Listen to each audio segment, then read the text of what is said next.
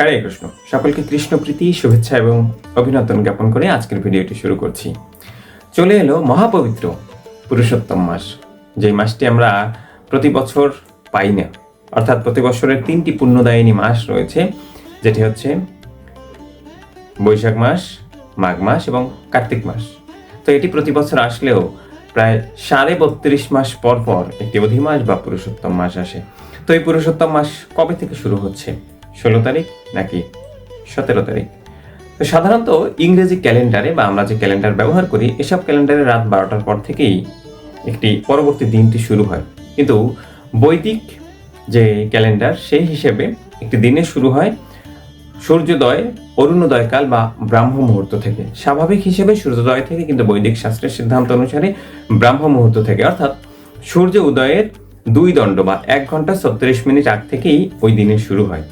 এবং শাস্ত্রের সিদ্ধান্ত অনুসারে ওই সময়ে থেকে যেই তিথি থাকে, সেই তিথিকেই সারাদিনের তিথি হিসেবে ধরা হয়। তো সহজ হিসেবে অমাবস্যার পরে প্রতিপদ তিথি মূলত 17 তারিখ এই অরুণোদয়কালে থাকছে।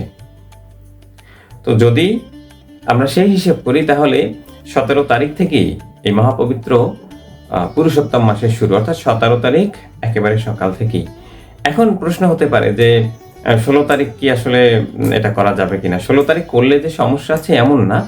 আপনি ভালো কাজই তো করতে যাচ্ছেন। ভালো কাজ করলে আগের দিন থেকে শুরু করলে সেটা আসলে ক্ষতিকর কোনো কিছু হবে না। কিন্তু যখন একেবারে সঠিকভাবে একদম এক্সাক্ট টাইম জানার বিষয়টা চলে আসে, তখন আসলে এই ধরনের কনফিউজিং প্রশ্নের সম্মুখীন হতে হয়। মূলত 16 তারিখ গভীর রাতে অমাবস্যা শেষ হচ্ছে এবং প্রতিপদ শুরু হচ্ছে। তো যেহেতু এই পুরুষোত্তম মাস সেই প্রতিপদ থেকেই শুরু হয়, আর ওই 17 তারিখ যখন অরুণোদয়কাল, তখন প্রতিপদ তিথি বিরাজ করবে। তো সেই ক্ষেত্রে এই পুরুষোত্তম মাসের শুরুটা 17 তারিখ। এখন কেউ যদি 16 তারিখ থেকে ব্রতের সংকল্প গ্রহণ করা কিংবা সেই পূর্ব প্রস্তুতি নেন, তাহলে সেটা ক্ষতিকর বা খারাপ কোনো কিছু হবে না। কিন্তু আলটিমেটলি একটা কথা অবশ্যই মনে রাখতে হবে, যেহেতু ভগবান শ্রীকৃষ্ণ তিনি নিজে বলেছেন যে এই পুরুষোত্তম মাস এটি অত্যন্ত পুণ্যদায়ক। তো এই যেই মাস সকলকে এত বেশি পুণ্য বা সুকৃতি অর্জন করতে সহায়তা করতে পারবে, সেই মাসে সমস্ত দ্বিধাদ্বন্দ্ব ভুলে আসলে আমরা সকলে নিজের সেবা এবং ভগবত ভক্তির প্রতি অনুরক্ত হই। তো ওই যে সেই সিদ্ধান্ত যে মূলত সময়টা হচ্ছে 17ই মে থেকে 15ই জুন। তো এখন যদি কেউ আপনি আগে করতে চান যে না 16 তারিখ থেকেই আমি এই ব্রতের সংকল্প গ্রহণ করার সমস্ত রকমের প্রস্তুতি নিয়ে রাখবো, সেক্ষেত্রে কোনো সমস্যা নেই।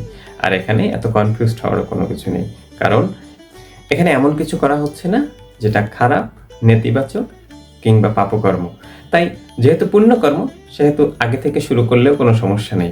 এই যে রাবণজি বলে গিয়েছিলেন যে শুভস্য শীঘ্রম অশুভস্য কালহরণম। তো যেহেতু একটি শুভ কর্ম, সেই শুভ কর্ম কোন? আমাদের ভগবত ভক্তির ক্ষেত্রে এটি শুভ কর্ম। তাই সেটি আগে থেকেও যদি শুরু করা হয়, সেক্ষেত্রে সেটা ক্ষতিকর কোনো কিছুই হবে না। সকলে ভালো থাকবেন, সুস্থ থাকবেন, কৃষ্ণ ভাবনার সাথে থাকবেন। হরে কৃষ্ণ। এই পুরুষোত্তম মাস সবার ভগবত ভক্তিতে এক অনন্য পরিবর্তন সাধনে সহায়তা করুক।